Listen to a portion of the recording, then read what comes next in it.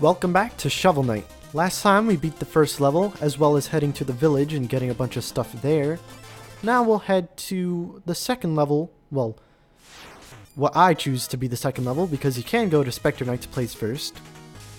This is Pridemore Keep, King Knight's area. And if you head to the left here, which is very cheeky Yacht Club games, you can get some extra stuff. I guess I could explain how fishing works here. Basically, you press the button to cast a lure, and once you do, Shovel Knight just kind of sits there. After a little bit, then Shovel Knight will have an exclamation mark appear above his head, and when that happens, just press the button again, he'll start reeling back up, and more likely than not, there will be a fish. That fish is worth 350 gold, so it's pretty lucrative. There was also a music note back there, as well as some extra gold. Again, kind of douchey for them to hide it to the left, because Shovel Knight comes from the left when he enters a level, so you think, well, there's nothing back there. Or maybe that going backwards would exit the level, so you'd get sent back to the world map or something like that. But no, they hide stuff back there. These cauldrons that drop lava on you, it's essentially lava. It'll take away a full dot, it won't just take away a half like other attacks do, so watch out for that. And here's another fishing area. The way to see, to like discern whether or not an area is for fishing or not, it'll have sparkles. Well, most of the time. The one at the tropical pond didn't, but that's not really a level, so I guess it's kind of exempt from that fact. And now we have flying rats, which honestly do not look like they belong in this level. They look like they belong in a later level, but I'll get more into that later. When Shovel Knight uses items, his little counter at the top will go down. In order to refill it, you need to defeat enemies, destroy objects, and sometimes they'll drop little magic pots for you. Those pots will refill your magic by a certain amount. I think 5 for the small pots, and there are larger ones that can refill 30, which is pretty much our max, so I don't think we'll be seeing them for a little bit. These wizards here shoot fireballs at you, but just like with Black Knight, you can reflect the fireballs back if you time your swings well. Although they do go in an arc, so if there's a low ceiling or something like that, then it's probably just going to hit the ceiling. As you saw right there, I destroyed a checkpoint. That is something I'm going to be doing in this game, the entirety of it. I'm going to destroy every checkpoint that I can. It gets you a feat, so that's pretty neat. This knight right here, my strategy for him is to shovel drop near him. That'll make him raise his shield. And once he does, you can attack him from the front in order to get an actual attack in on him. When his shield is raised, you can't hurt him. At least you can't shovel drop to hurt him. Precisely jump off of this Pegasus thing right here. Not really a Pegasus. It's just a horse with a lance. Anyway, just jump off of it and you'll be able to get some extra money. Something that I didn't mention about destroying the checkpoints, if you do that, then you'll go back to the checkpoint that you last didn't destroy. And since I'm destroying all the checkpoints, that means that if I were to die, that I would return all the way to the beginning of the level. Luckily, I am not gonna die. At least, I hope I'm not gonna die. So that's probably not gonna be much of a problem. And if we head into the secret area, we see that there's a blue chest. I wonder what's inside. It's Chester the Jester. And it's good to find him within levels, because when out in the... not out in the field, it's part of his line.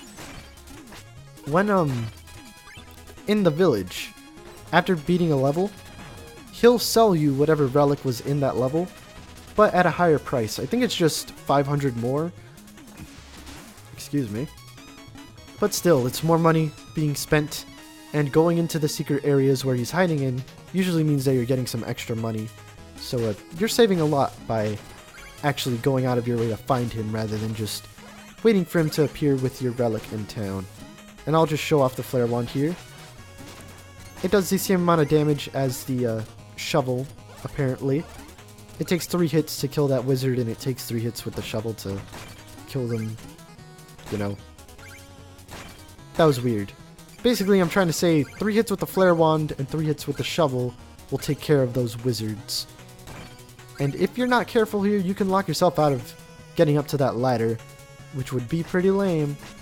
Now this wizard here is kind of douchily placed, because if you don't have the flare wand, or if you don't know that you can reflect his shots, then you're probably going to take a pot shot or something, and that's kind of annoying. If we dig through this wall here, we can get some extra treasure, and they're going to hide a lot of stuff behind these flags. For example, money. Sometimes they might even hide something like a pit behind it, so watch out.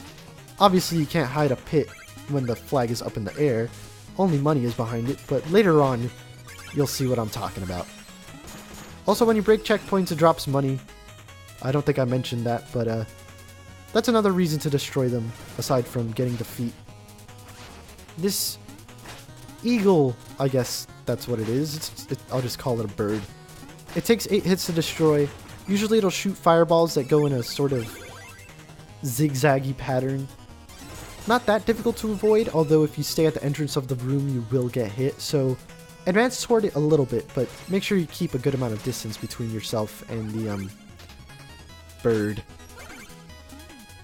Anyway, right here you want to jump off of these flying rats. I don't know why I paused there.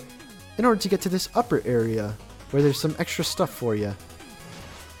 I didn't mention this, but those beetles, you can kind of bounce them multiple times. I don't think you get any kind of reward for it. But, you know, you can do it, so you might as well just do it. Behind these flags are actually pits. Well, not really pits, more like holes within the platforms, so as you saw right there, I could jump through. Also behind that flag that's right below us, it looks like you should be able to go through, but turns out that there's a wall there. You can't. You have to go through the upper path, which has 2 dirt blocks blocking the way, and then you could get to the treasure, which is probably just money. Usually if you dig through a treasure chest, I think it has the 200 piece in it, as well as 100 assorted, well, I should say 200 gold in it, and 100 gold kind of gets strewn about, which is kind of dumb. I mean, if you're gonna take the gold anyway, you might as well not throw it out of the chest, just kind of keep it. I don't know. It's me nitpicking about game design and stuff. I don't think I've gotten hit so far, that's pretty neat. Anyway, we head down here. Well, after I dig up everything else to see if there's any more treasure. Heading down here is a bit of a douchey move. I'm probably going to be saying that a lot. If you decide to go to the left first, where there is that hole that you can break through, or rather wall that you can break through, you'll be able to get some treasure. However, you won't be able to get back to the right, so go for the right first. And right there, I showed something that you can do with the, I was going to say anchor. That's not an anchor, it's a fishing hook. Basically, you can draw treasure that's below you with it. You can also hurt enemies that are below you, but I don't really use it right now. You'll probably be seeing me use it later to attack enemies. And shovel dropping these is probably not a good idea at first, because then you can't get to that flag. Well, actually, I think you can if you jump from that higher platform, maybe. Another thing about checkpoints that I was just reminded of thanks to me breaking that one, is that depending on the color of the checkpoint, you get a different amount of money from it. It always drops a 200 piece, but if it's, say, gray, then it'll drop 10 1 pieces, and that's such a weird way of saying it. It'll drop 10 1 golds. That sounds even weirder.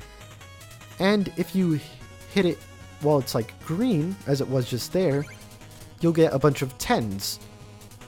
I think it's predetermined every time. Like, every time you go through the stage, it's always going to be the same color of checkpoint. So, if you like get hit a bunch, it's not going to drop in a level to where that green one would instead be like a gray one or something like that. At least I don't think that's how it works. I haven't gotten hit so far, so maybe it is. I don't know. Anyway, we can do more fishing right here, but this spot is a bit special. You see me drinking my ichor here, because if I do fish here, which I do, a troupple comes out. And if you decide, or rather, if you have an empty chalice, then the Trowel will give you a certain Ichor. In this level, it gives you the Ichor of Boldness, which makes you invincible for 10 seconds, which is pretty cool, I guess. It's honestly a waste of my Ichor of Renewal, but, you know, I have to show them off. Well, I don't have to, but I want to. Those books, you need to shovel drop onto them in order to make the platforms appear. And after a little while, the platforms disappear. Unless you're constantly shovel dropping on the book, then they'll stay. Right here. Sometimes these serving plates, I forget to call them that a bunch. Sometimes they'll have certain things in them, or maybe that's just me remembering New Game Plus, because there is a New Game Plus feature in this game, and in it you take double damage, and all the serving plates, instead of having meat and apples and stuff in them, they have bombs. And those bombs do a lot of damage in New Game Plus, which is very annoying. Anyway, here's the last checkpoint. You can tell because we got a bunch of food and magic, the food being from that eagle thing again, and the magic being just strewn about there. And we have King Knight here. King Knight is special in that he, along with another few knights, basically the first, not three, kind of the first three.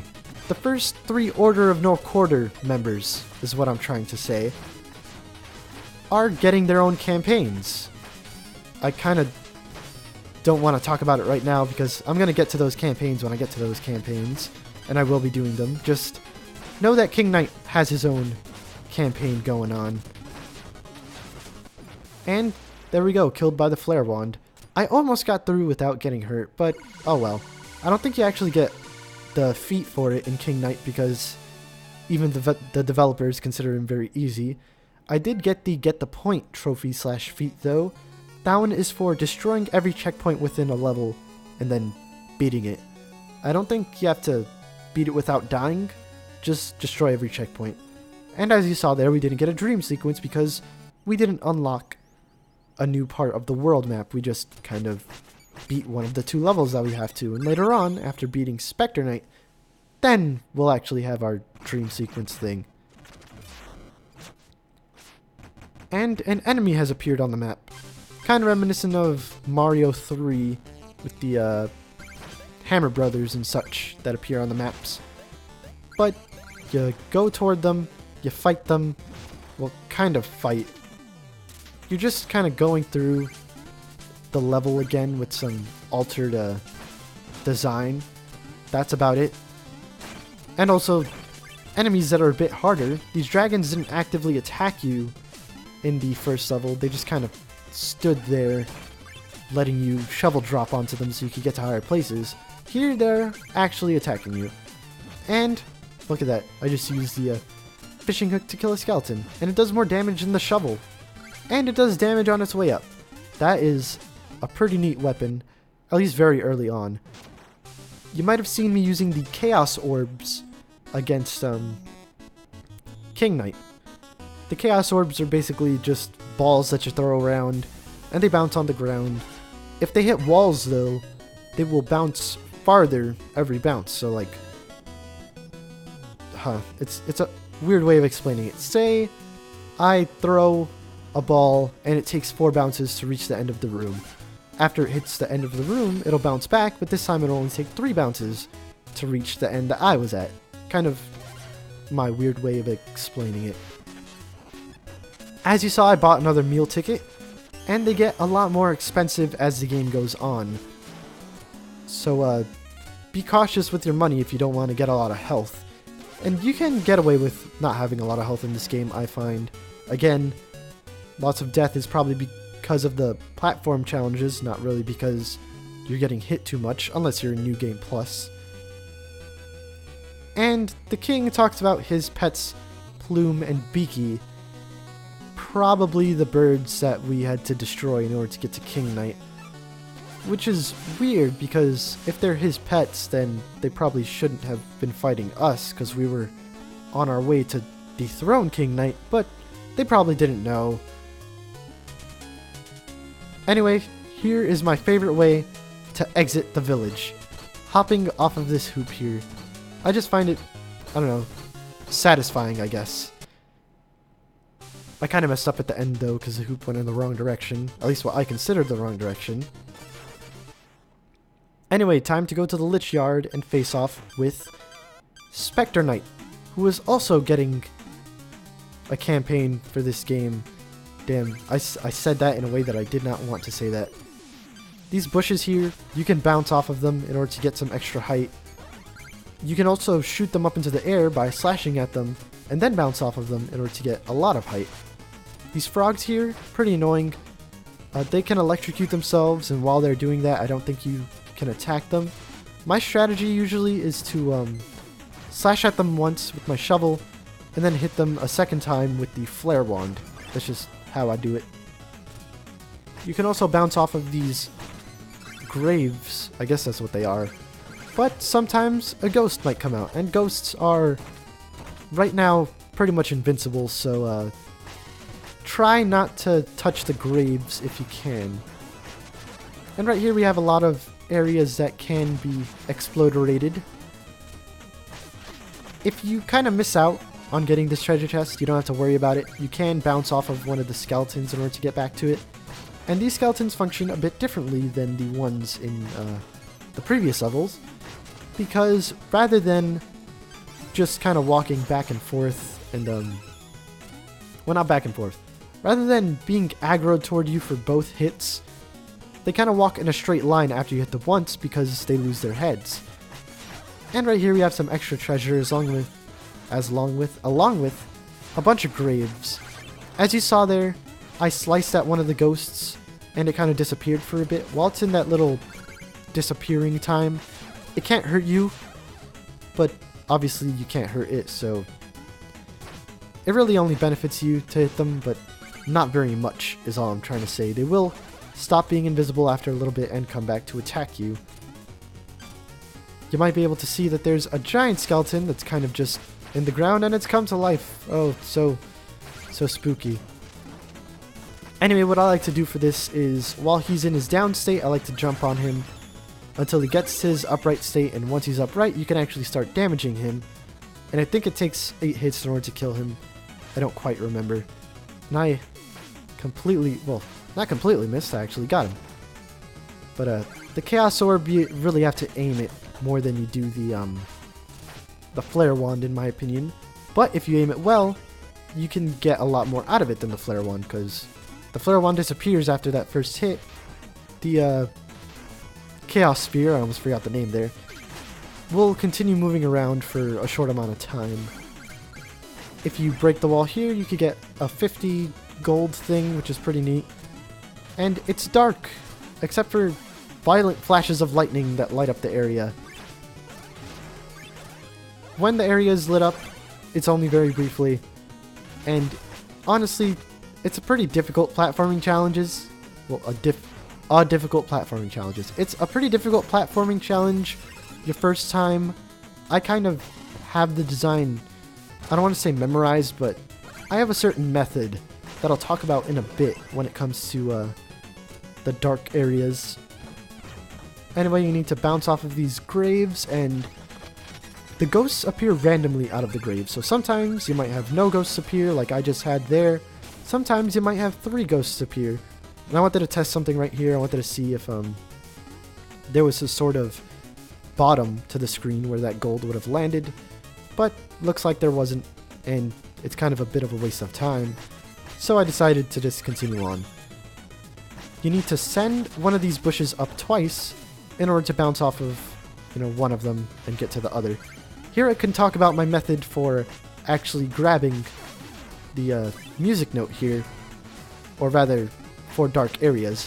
What I like to do is I like to grab the piece, which is usually at the edge of the platform, and since I grabbed it, I know I'm at the edge. That way I feel safe knowing that I can, jump to the next platform. It's kind of odd to explain. Now we have some weight puzzles, and depending on what's on the weight thing, it goes down or up. As you can see by the skull heads here, that counts as weight. And it needs to have the equivalent of 2 on it, I think. So Shovel Knight and one of the skulls counts as 2. If it only has 1, then it's not going to go down at all. They do get kind of daunting a bit later, but right now it's just kind of teaching you how to use it, and it's pretty easy. Right here, I died here in an earlier, my first time playing, because that platform can actually gimp your jump if you hit your head on it, and you won't be able to make it as far as you should be able to, if that platform didn't hit your head. Right here, it's kind of unnecessarily dark. You can see everything, like the frog silhouettes, the skeleton head silhouette back here. We need to bounce the skeleton head so that it goes to the other platform so that we can write it down to where that other frog is. And of course kill it and take the gold that's nearby by that dirt pile in the wall. Start falling to the left in this area so you can get all the gold, and then as you reach the middle, head toward the middle. It's kind of a weird way of explaining. Anyway, right here we have Chester again for what is probably my favorite relic in this game, the Phase Locket. As the name might imply, you can temporarily phase out of existence for a little bit, essentially making you invincible for a brief moment. But it's long enough that I find it a very useful weapon. And I am trying to get all these frogs here, but it is just not working as well as it should, rather, because I wasted a ton of my magic doing that. The various items do cost different amounts of magic. I think the Chaos Orb and the Fishing Rod cost 6. The Flare Wand costs 4. And the Phase Locket costs 8, which is a pretty good chunk of your maximum magic at this point. But it's worth it. I like the Phase Locket a lot. You want a shovel drop off of that graveyard there, not graveyard, gravestone, so that you can lower the platform there and have access to that music note. Music notes can also appear in chests. They don't just appear in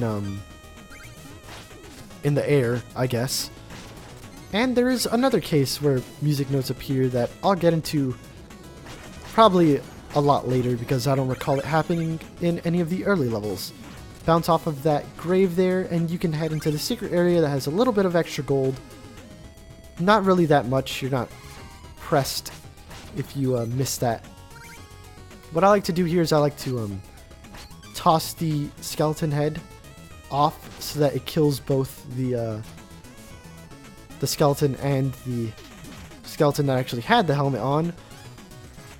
Well, usually I knock the other skeleton back so that they're both on the platform, but this time I killed him before I was able to do that, so whatever. I got the Feet Master Angler there. You get that for fishing up, I think, 5 fish, and I don't think the trout will count as fish, so it has to be 5 of those fish that are worth money.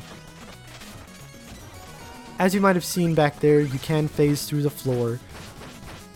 It's not very easy to tell where you're allowed to phase through the floor, though. I know, because I've played before, that it's the middle, but if you do go into the middle, you're probably missing out on a little bit of gold. Not too much. And here we are in another dark area.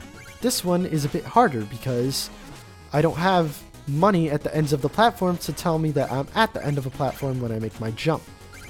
So, more dangerous than before. First-timers would probably die here quite a bit. Don't hit that grave because if you do, there is a chance that a ghost will come out.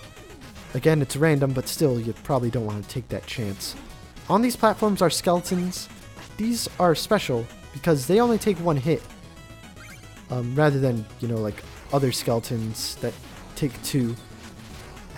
Using the Phase Locket here is pretty good because the ghosts can knock you back, and when you get knocked back, you'll probably fall into a pit and die, and that's not a good time. Anyway, we got magic and food, signifying that this is the last checkpoint. So let us face off against Specter Knight over here. Obviously, kind of emulating the Grim Reaper with his long cloak and his scythe here. He's the most mystical, I guess, of all the knights. Like, none of them quite have as much magic about them, I guess. Like, he can teleport, he can fly. That's very unique to him. All the other ones are very grounded. Like King Knight, he's kind of just a regular guy. The other ones have special abilities, but they're more physical things than magical things. I guess we'll get into them later on. Depending on the arc of his throw, it'll tell you where he's going to teleport. Like if he throws so that the scythe ends up in the opposite corner, then he's going to reappear in the opposite corner. If he throws so the scythe kind of ends up going underneath where he previously was, then he'll teleport to where underneath where he previously was. It's easy to tell, in my opinion. And you'll see me using the phase locket a lot here, because phasing through attacks is just such a great ability. Like seriously.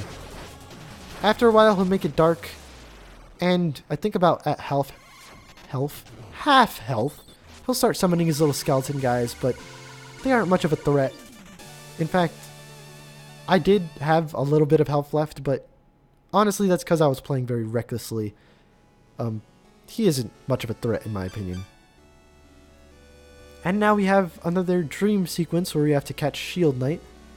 This one is a bit different than the previous one though, because as you might be able to see in a few seconds, there are a bunch of enemies around. That's the reason I equipped the Chaos Orb, because it makes very short work of all these enemies. And you get a trophy for killing, I think, 5 enemies within 5 seconds using Chaos Orbs.